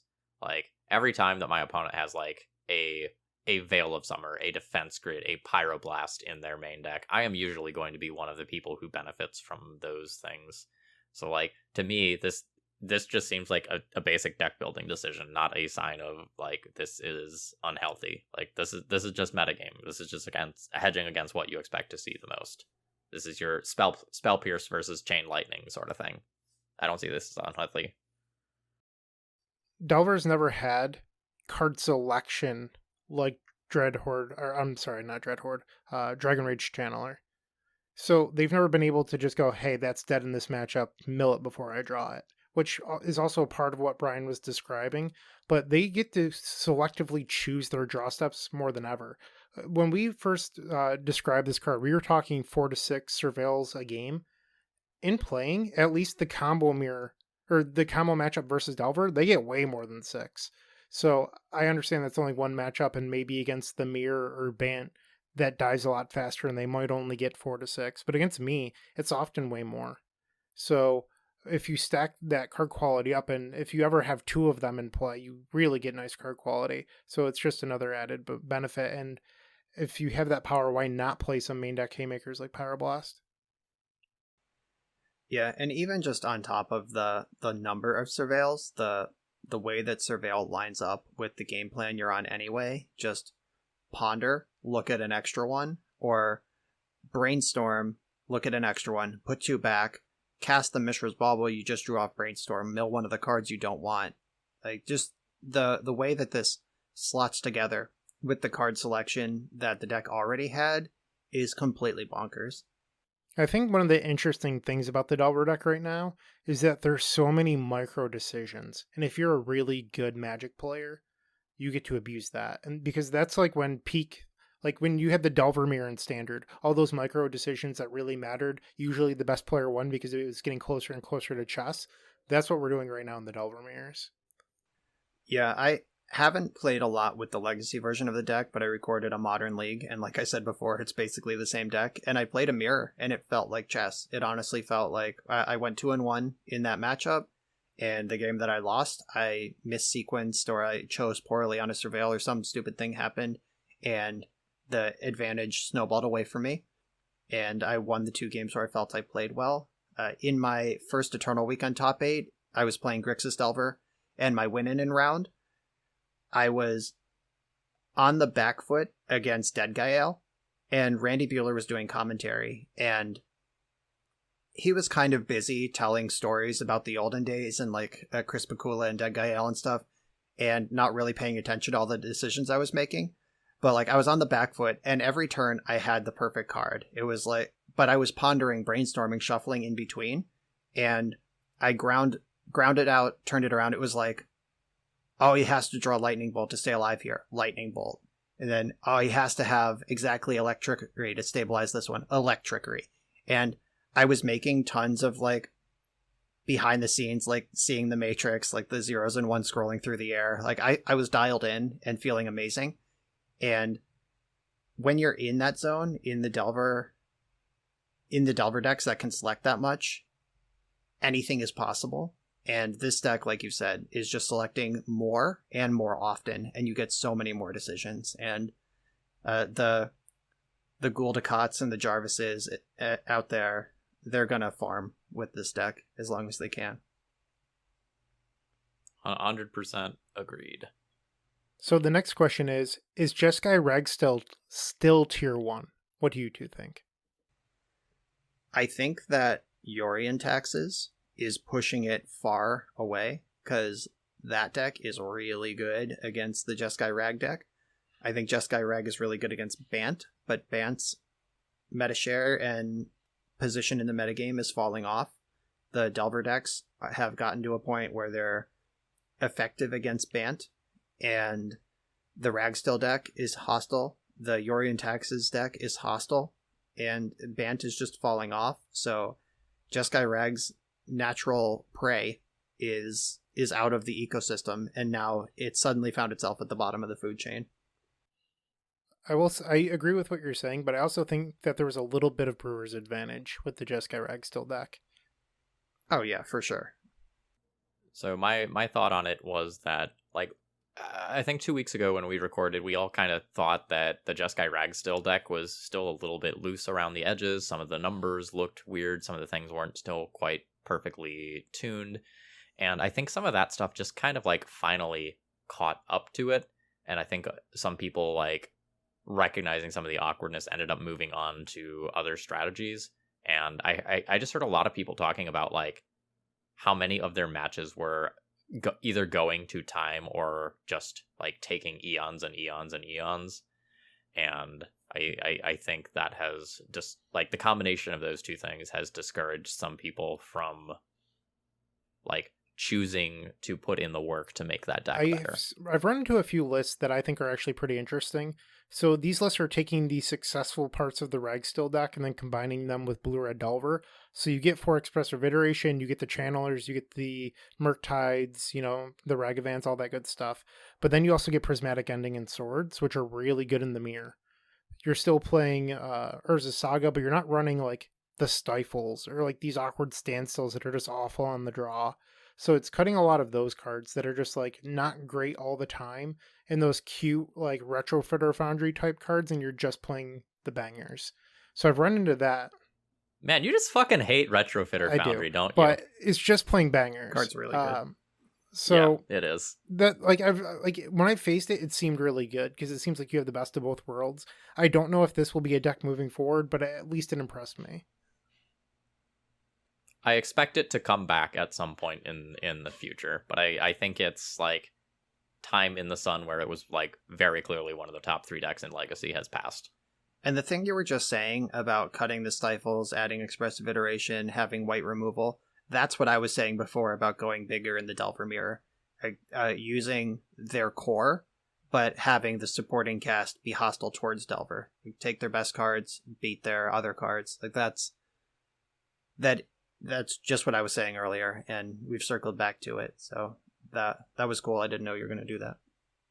So Mishra's Bobble, I know that we talked about this a little bit earlier, but I'm glad to see that it's like picking up. Brian, I think it was 2 weeks ago, said like, look at Modern for what Legacy will do. And it looks like Brian was just like 2 weeks ahead of us. But, you know, that's a repeating thing in Legacy where Legacy's just slow to adapt. And props to the Zoomers for making it happen, because I feel like they're the ones pushing a lot of these changes right now. Yeah, Mishra's Bobble. I made a tidy little spec profit off that one. I bought a stack of those when they were like $3 when Double Masters or whatever set it was in came out, and got out at like $28 a piece in the past 3 weeks. I got to be looking for those things. Cards like that don't stay cheap. That's not a Legacy commentary, but like if you are playing Magic and maintaining a collection, finding those trends will help you play more Magic. So, man, I'm so happy that I'm at the point in my life where I don't have to care about MTG finance anymore at a high level, because it's a real deep rabbit hole, and it's not necessarily a happy rabbit hole. Like there, you can spend just as much time as like a Magic player spends like actually playing Magic, just following Magic finance and trading, and you know, doing your Puka trade or whatever the current hotness is. To Puka trade. That's a throwback. Yeah, to grind that value. And like it got me my dual lands, it got me my Legacy decks. I am glad that I did it, but I'm never going back. So one of the things about Bobble, really quick, is when I cut it from TES, I sold mine for 24. There are currently 38 tickets online, so they've gone right back up to the prime Luris days. I don't know if I sold my MTGO set when I got the card hoarder sponsorship. Maybe I should check, see if I can unload those for a tidy little bit of money. But to Phil's point of ignoring MTG finance, like I am not deep on MTG finance, but one of the things that I do as a player is like when I see a card that is good and not getting attention, I will do small specs here and there. Like I don't have a giant bankroll. I'm not a store. I'm not interested in like studying price trends, but I tweeted about Dress Down like 2 weeks ago. I bought 50 copies of Dress Down, and I spent like $61 with tax and shipping to get 50 copies. It's a $3 to $4 card right now. It's jumped up already just in 3 weeks, and I try to share those tips with my Patreon first, and then after a few days I share it with Twitter. And I'm not an MTG finance person, but you're leaving money on the table if you don't identify a good card and then make a move on it. As a side note, it's also weird as a content creator how much power you potentially have to influence the card market. Oh yeah. Like have you done it yet, Brian? Have you like gone to a card and been like, that's me, I did that? So the fast rise of Dress Down, it's hard to know because it's an in-print card that was until very recently a bulk rare. Like I did tweet about it. It did get a lot of traction. I know a lot of people went and bought a bunch all at the same time, but I don't think I quadrupled the price of an in-print bulk rare just with my medium-sized Twitter following. Like I don't think I did that. I definitely remember Matt Elias wrote an article on Star City Games probably 10 plus years ago at this point, where he mentioned the Abyss was primed for a comeback. And I already had one for ADH, and I bought a second copy. I was like, oh, he mentioned the Abyss. I got to buy this card. It went from like whatever an Abyss cost at the time, like $90 or whatever, to like $150 by the end of the week, just because he mentioned it. And now we know about the power of reserve list cards and stuff. This was before that era. But I don't think that I'm responsible for, like, I don't know, some random card. Like, what card did you do? Oh, just look at the price graph of Brightling at some point. Oh, that God. one was me. It just fucking goes to the moon. Anurag was on that as well. Anurag was Yep. also hot on that card. He beat me with it in a Star City Duel for Duels, which to this day is one of my most embarrassing losses in the history of Magic the Gathering. This was right after the top ban, and I had adopted Mentor and gotten off Counterbalance. He adopted Soothsaying to try to keep Counterbalance alive, and he did curve Soothsaying into Counterbalance in a Miracle's Mirror, and I was like, great, I'm going to lose to this shitter. And then, like, when he could have won with anything, he could have won with Tundra Wolves. He played Brightling, and then he was like, yeah, this Brightling's great, isn't it? I was like, no, you just have me locked out with Counterbalance. But, yeah, there was a hot moment for Brightling. Brightling was like one of the best cards in Death and Taxes for like literally 2 weeks. And then the metagame shifted it and it was like unplayable. But for those 2 weeks, I was like attacking under ensnaring bridges, and like it was surviving like lightning bolts and was just like fucking unkillable. Very nice. And then the format shifted into Baleful Strix, and I was just like, oh, damn it. So there's a card recently that I wish I could take credit for, but I doubt it's actually me. Wishclaw Talisman has gone up to $3, and you might be thinking like, Bryant, no one plays the Epic Storm, and that's true. But the Luris Lotus Breach deck that I've been working on is beginning to see quite a bit of modern play, and I wonder if that has any part to do with it, but it could also just be like, this card's a year old now, so it's in standard still. It could just be going up. I don't know, but I wonder about that. Yeah, it could just be Throne of Eldraine starting to rotate out of standard. That's also the type of card that I imagine would be popular in EDH, because you get to tutor, which is powerful, but you also get to play some politics of like someone else gets the claw now. And I think that could be a cool like long-term hold for EDH reasons. But yeah, it is cool seeing a card that you play get money. I do have 36 of them in the Epic Storm shop right now. So like Brian, I was like, I think that this is a card that will go up. Yeah, honestly, if you're willing to hold for like 2 or 3 years, it's hard to miss. Like if you just see like some rare, it's like, oh, some Commander player will like this. I'll buy like 50 of them at bulk prices and sell them all for $2 in 2 years. And Yeah, why do you think all the stores buy your bulk rares? It's because like they can take the temporary hit, and then, you know, if 1% of those cards end up going up in value significantly, they make their money back and then some. yeah, I've been playing Magic serious, or like not seriously, but like collecting packs or buying packs with regularity since 1997, and I've done 3 major like combs through my collection, like pull up the price guide, and Star City, anything Star City is buying for a quarter or more gets pulled out of the bulk, and I've purged my bulk for like $300 to $500 probably 4 times over those 25 years, and it's just like shit. It's the same pile of bulk. Like I pull $500 out of the pile, then wait 5 years, pull another $500 out of the pile. It's the same shit. It's just, that's Magic. I've looked at buying, because it's a tutor, like Brian said, tutors tend to be really popular in EDH. I've looked at buying Grim Tutor's Japanese foil since they were printed in, I think, M20. They're literally, I could buy a set of them shipped for $50, and I can't pull the trigger because Grim Tutor is such a bad card now. I don't even know if EDH players play it anymore, but that's one of those cards that, like, I want to own it, but I don't think I'd ever actually play it. But I would just feel better if I owned it. I mean, you should probably fire it off. I think you can afford $50. Yeah, how can you lose out on that purchase? Like that will certainly pay for itself if you sit on it for a few years. Yeah, you'll be all right. I don't sell cards though. Like Brian talks about like his dress downs going up to $4. The first thought in my head was like, what the fuck? How am I going to get rid of 40 dress downs now or 60 dress downs? Like I just don't have that outlet. So like, do I just like post them to TCG Player myself and take a hit on each one and pray that people buy them from me? Do you have Facebook? There's like the like sick deals group. My stack of baubles was gone in like 4 hours. Well, I had you're something cooler than I am, Brian. I mean, it doesn't matter on Facebook. You don't have followers. Like it's just a group that pops up. Like I do make a lot of sales on Twitter, but the hashtag MTG buy sell, people click on that. They're scrolling it all the time. Like randos hit me up for my judge foils and stuff. It can happen. I think that it might be slow to unload 40 copies of Dress Down, but if it hits like $5 and you can walk up to a dealer booth and just get $2.50 a piece, you're still in the black by a lot.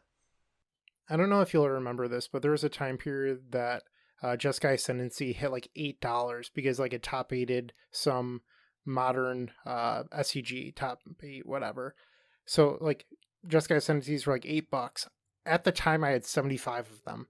I posted them to a bunch of groups, $6, $24 whatever shipped. Sold like 4 play sets. I still have like 50 something of them that I just like could not move in that time period. I even like posted them to $4 each at one point and they just would not budge. I'm really bad at selling that stuff.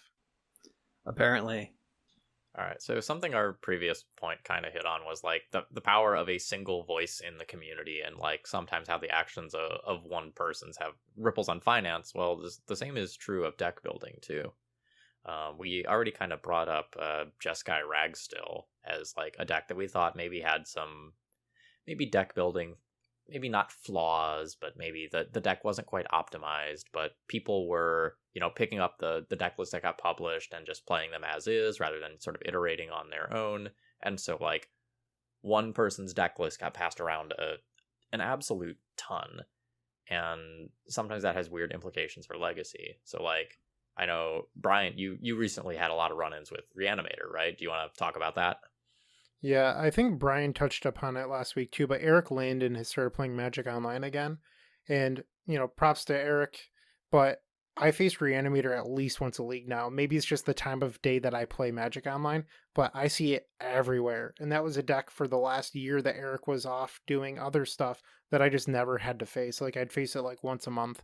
It's literally anytime I play Legacy now. So the impact of content creators does just like people seeing that somebody else cares about their deck or their like side deck will get them to go back to playing whatever they were on. So I know that when Tom Hepp was doing the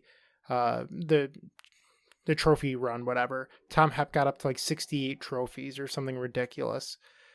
Tons of people were on 5-color depths. Who's playing 5-color depths right now without a champion? Like, I feel like having a voice for your deck goes very far in Legacy.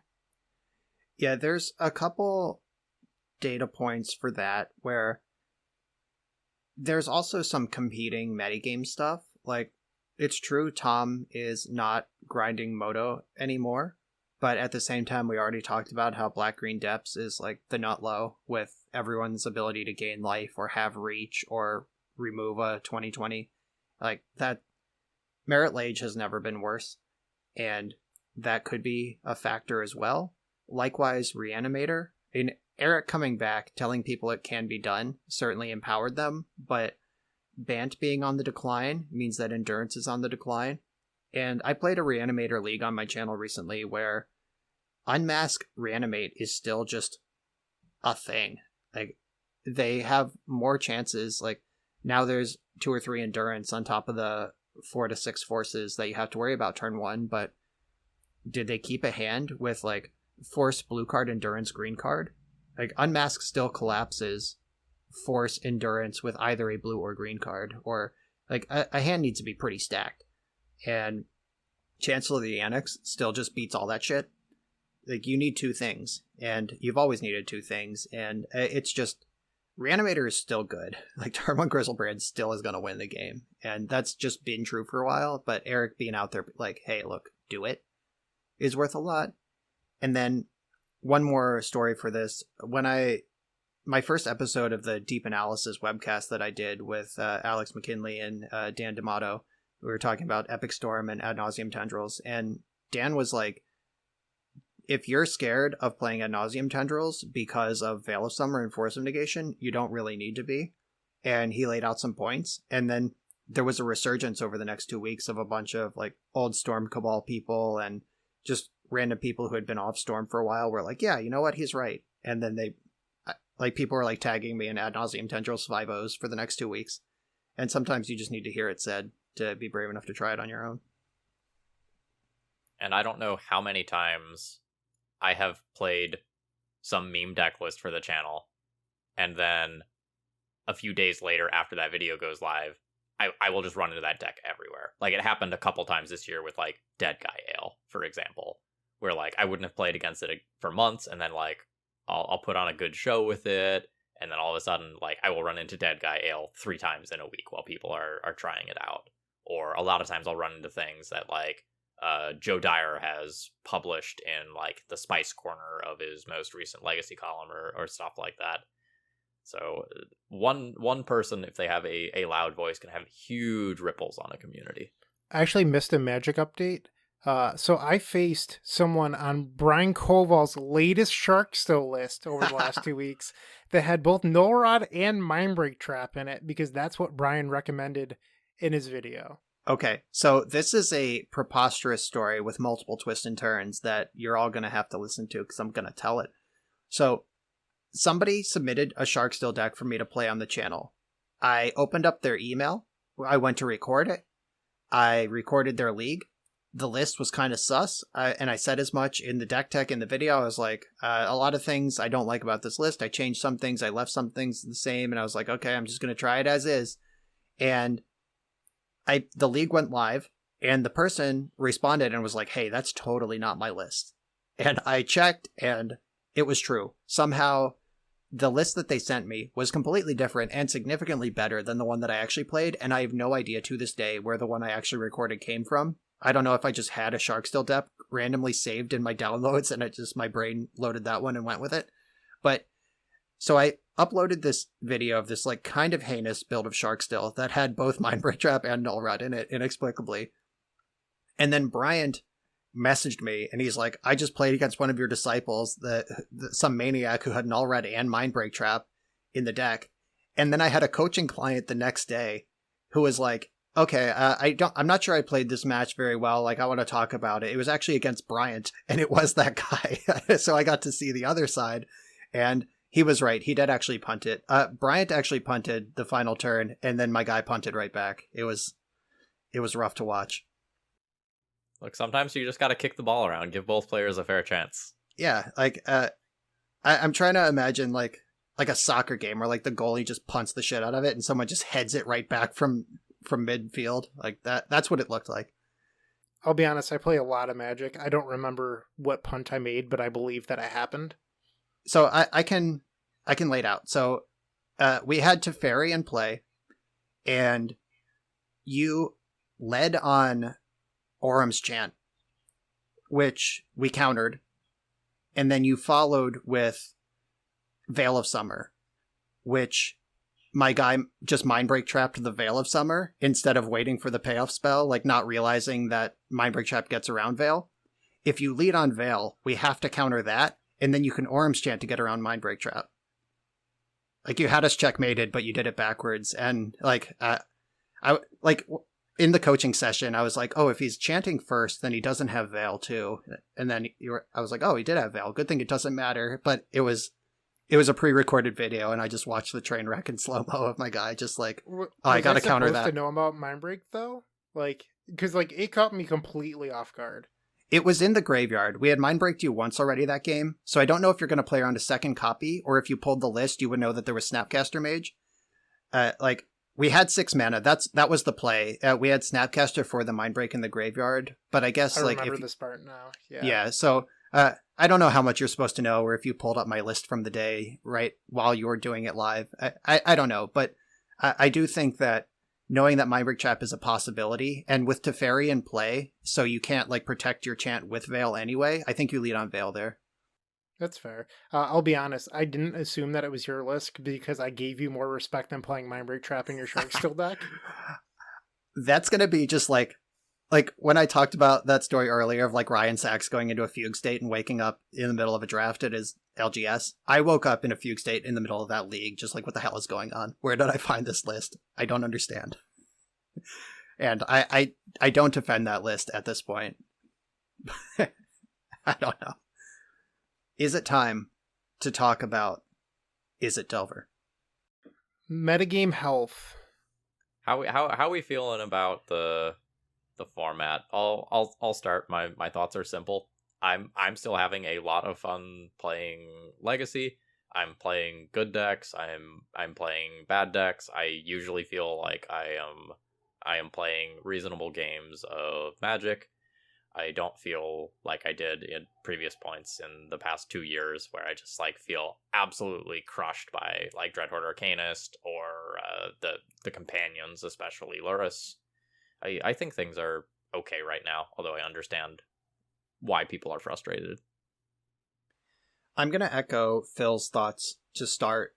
I think that any given 5 matches in a league are going to be pretty fun. I think the local metagame where people are going to play what they have or play what they like rather than just grinding play points, you're going to have a lot of fun.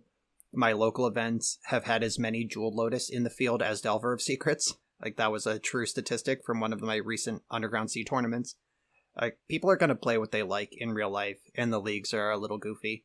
It's when you get into these big, important events where everyone is trying to win and no one's trying to have fun other than through winning that you start to see the patterns and potential problems emerge. I would agree with that 100%. I've been playing a lot of locals and they're a blast.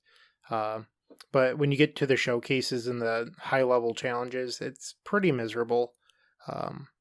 That said, I don't know if Wizards cares that much. And I think that do they care is a loaded question, because the answer to that is maybe a little. Like, I think I've made points to this tune before on the cast, and I'm going to make it again, where the people who are just like head down in their spreadsheets, like Delver's win rate is above 54%, Wizards, you have to take action. Those people have completely lost touch with reality. That Wizards of the Coast is selling products to Commander players. They're not even sure if they care about Pro Play anymore to sell Standard and Limited. And once you get past Standard, they have Historic to market. Once you get off Arena, Modern is the big seller. And now we're in Legacy, which is already just like permanently and irrevocably corrupted by the reserve list. Unless the community at large just widely embraces proxy tournaments, like unlimited proxy tournament just to get people playing, Legacy has hit a ceiling of just affordability. And without going too deep on a side tangent, Bayou costs more right now than Mox Sapphire did when I started playing Eternal Magic in 2008. And in 2008, proxy vintage was already the norm. So if non-blue duels cost more than Mox Sapphire, it's time to proxy Legacy. Just universally across the board, allow proxy tournaments. Like, make it special at a GP, make it special at Eternal Weekend, run the sanctioned stuff, but your local store should be running proxy Legacy at this point. And I'm just on that. And that's where I am with that. So our locals are full proxy, and I don't know how people feel about this, but our 2Ks are 10 proxy. That said, they can't be just writing on the back of a card. They have to be like a high quality print in a sleeve. It has to at least look like a Magic card. But because of that push, they've gotten 55 people for their Legacy 2Ks, which is pretty good, at least for upstate New York. Yeah, we had a local store, one that used to be a big deal in the Pittsburgh area, but has slowly just spiraled into toxicity and degeneracy, and nobody really plays there anymore. But that store ran vintage. They decided we're going to run vintage every month. They did a Saturday. Every Saturday was a different format. Then they gave us one Sunday for vintage every month. And the owner was like, we're doing it sanctioned. There will not be proxies. I think his idea was, if one person buys one Black Lotus from me so they can play in this tournament, that's worth more than running this tournament any number of times with proxies. Like, that's just his, like, you know, rise and grind mentality. And the vintage started out with like 14 people. At one point it pushed up to 16, and then it trickled down to like 12, then 9. Then we were firing mini tournaments with 6 and 4 people, and then we just stopped showing up. Well, we had a robust legacy community, any of whom would have shown up to 10 proxy vintage and just had a blast.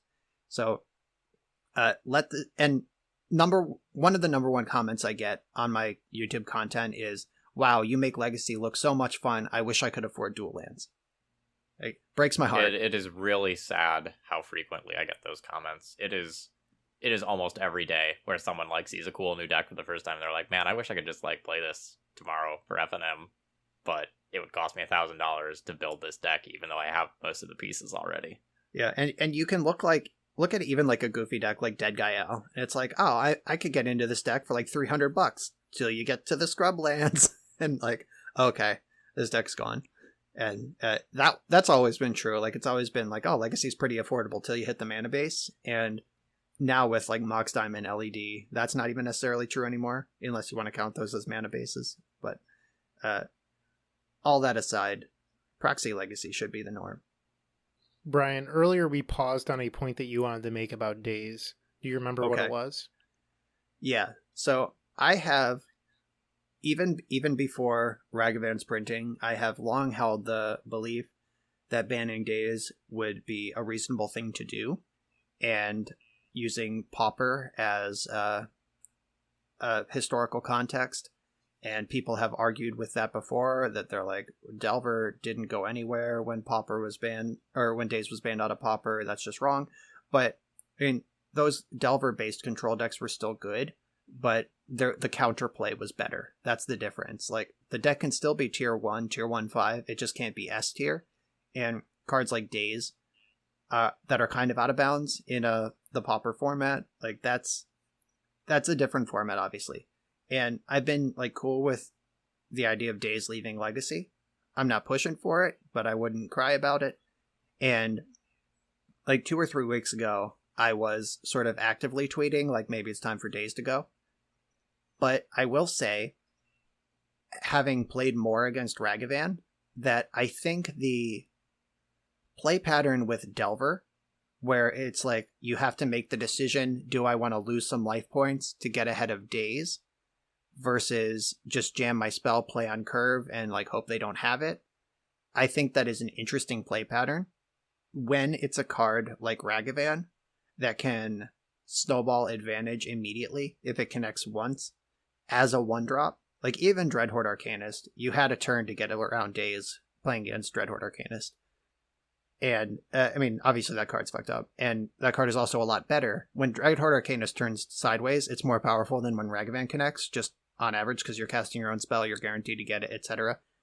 They're different cards, but the pressure to answer Ragavan now as a 1-drop, and you don't really get the luxury of playing around Daze unless you're willing to roll the dice that they don't take your Ponder or your Carpet of Flowers, for fuck's sake.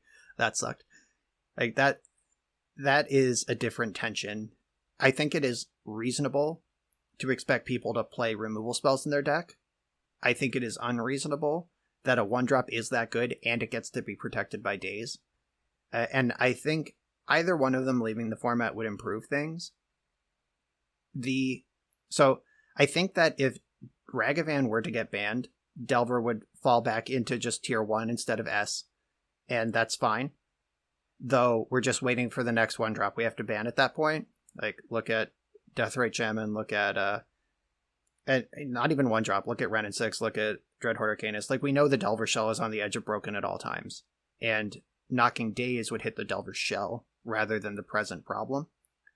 But at the same time, like, for format identity and interesting play patterns, is it better to continue hitting like every 1 and 2 drop that's out of bounds, or should we just hit Daze and change it? And that question I'm not super sold on either way at this point. I think the Ragavan part you mentioned, where like the tension with Daze, like, do you just kill this? It's very comparable to how it felt in the Deathrite format against the Grixis Delver Shell. It was obviously very different when they were playing like the 4-color builds, but Grixis Delver, where you were just so far behind if you didn't kill Deathrite on turn 1, feels very similar to Ragavan. And they do a similar thing in that if they use Daze to protect their creature will generate mana to recoup the loss of Daze. Like Deathrite Shaman and Ragavan both generate mana, which is the cost of dazing. So like even if you do just like jam your plow on their Delver and they daze it, they're back a land, which will make it harder to develop, harder to fight the next removal spell, and the only thing at stake is your life total. But Deathrite recouping the mana, Ragavan recouping the mana, and possibly generating card advantage, like those are just very different equations than just your life total versus development. So we mentioned it earlier on, but the Delvers have actually been falling out of Blue-Red Delver. I think if you hit Ragavan, the Delvers just slot back into those slots. And even before Modern Horizons 2, Delver was the best deck in the format. So now they just got the upgrade with Dragon Rage Channeler. I wouldn't expect things to change. They even got a slight boost, which is maybe okay if they only hit Ragavan, but still fairly boring, at least in my opinion. So thinking Delver is boring and thinking Delver is a toxic chokehold on Legacy are two completely different things. And Delver will always be boring, and Delver will always be good. And especially if you're locked in the position of, I'm never going to join them, I'm only going to try to beat them. And, okay, they had the Delver, they dazed me, yeah, good game, whatever. Sure, you had the second force, good for you. Like, those games are going to happen. But I think that just the raw Delver shell, where the only thing at stake is your life total, and they're not easily generating card advantage while reducing your life total, I think that Delver deck is great for Legacy. But again, we're just signing up to just have to ban every playable 1 and 2 drop out of Delver for the rest of time if we don't actually attack the shell. This is just a hypothetical. I'm not advocating for this. I'm just asking a question. What do you think would happen if they hit both Daze and Ragavan? I don't know. I'd have to see it. Like I've put zero thought into that theory crafted world. I don't think those sorts of conversations are useful, really. Like, I will expend all my brain power and put my effort and energy into those things when they happen. But like, when you just get like the Reddit posts that are like, hey, how do I change my deck if this thing gets banned? Like, why aren't you working on what we have in front of us? Like, I want to focus on the things that I am going to be playing against and not expend my brain power on like the what ifs. So I agree with that to a certain extent. The problem is that whenever you talk about ban discussions, people go, well, if you ban Daze, combo is going to wreck the format. That's like one of the number one responses. So having people discuss hypothetical possibilities, while not being super useful, if you're at least talking about it, maybe some of those opinions change. Because I don't think combo would actually take over the format, and I bet that Delver would still be a tier 1 deck. Obviously, there's no way of knowing, but I still think Delver would just sit on the top of tier 1. It would just be a lot more balanced. Yeah, I mean, I agree with that for sure. The more so than like fleshing out your ban list and like next order consequences and stuff of your ban discussion, I think more the saving the energy is on like, who are you and why do you need to have a fully fleshed out ban theory? Are you Wizards of the Coast? Like, are you going to do anything to actually get that done? Like you and like Jarvis and like Bob Wong or whatever can like scream at each other in Discord about Daze versus Ragavan versus whatever versus combo forever, but none of that is actually a decision being made. And I think that's I'm mostly on Phil's side of the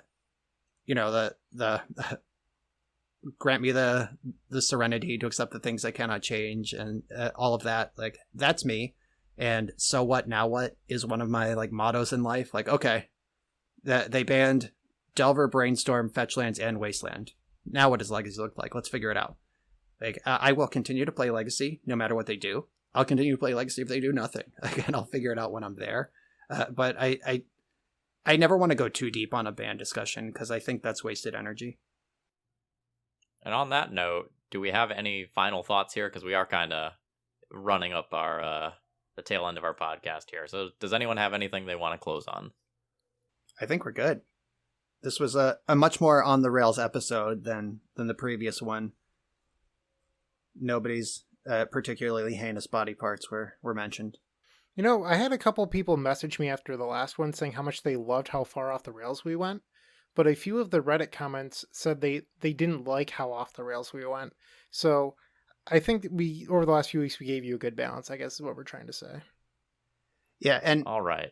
I mean, sorry, Phil. I see you trying to wrap this up. I know you will work in the end morning. this fucking episode one way or another. Okay, I'll shut up. All right, Phil, bring us out. All right.